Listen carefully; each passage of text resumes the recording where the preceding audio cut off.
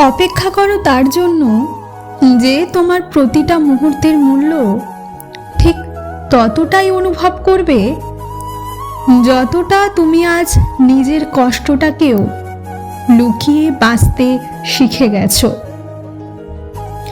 অপেক্ষা করো তার জন্য যে তোমার একটা অশ্রুর ভাষাও বুঝতে পারবে, যে তোমার অভিমানগুলোকে রাগ ভেবে নয়, বরং ভেতরের সেই ভাঙা মানুষটার উপলব্ধি করে কাছে টেনে নেবে।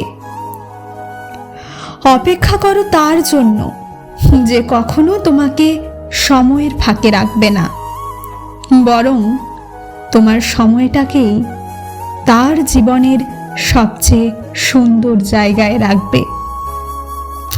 অপেক্ষা করো তার জন্য নয় যে শুধু ভালোবাসা বলবে, বরং যে ভালোবাসা প্রমাণ করতে পারবে নিঃস্বার্থভাবে যে তোমার ভালো আছো তো।